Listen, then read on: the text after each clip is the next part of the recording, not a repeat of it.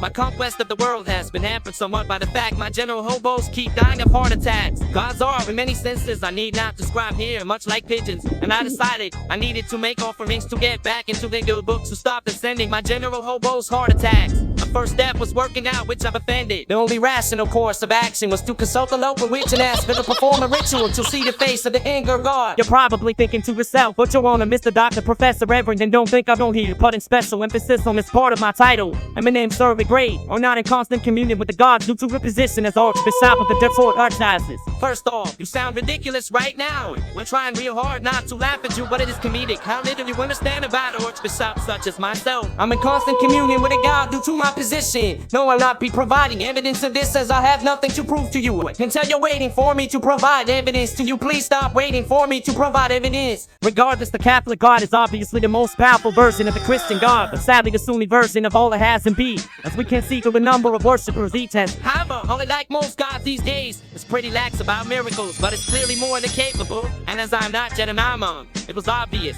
I needed to determine if all that was overpowering Yahweh ain't hurting my hobos. You're sad to thinking to yourself that all in Yahweh is essentially the same God interpreted through different religious traditions. Then I'm afraid you simply don't have the rational, theological understanding I do. Anyway, I walked up to the witch of the 313 and demanded that she tell me which God was angry at me. She shot back that she'd be more than happy to, but my juju was bad and as such she didn't want to be in my presence. Now I take hygiene very seriously, so was very upset at her and informed her that my juju was actually very fragrant and that maybe her juju was what was thinking up the place. She told me I was a fool. I quickly drew the top card of my tarot deck, revealing in a no reverse card, and displayed it to her with an unearned degree of smugness. On seeing my skill with my tarot deck and recognizing an equal in the art of divining the future, she sighed, agreeing to perform the ritual. She drew the image of a beautiful dark sheet beside an inverted pentagram, telling me to sit inside it, and I felt a longing for my beautiful bathroom who was taken from this world too soon. Or maybe he just wandered out of my car from one of the many holes in it the size of Honolulu. I'm not sure. Regardless, after muttering some mystical nonsense,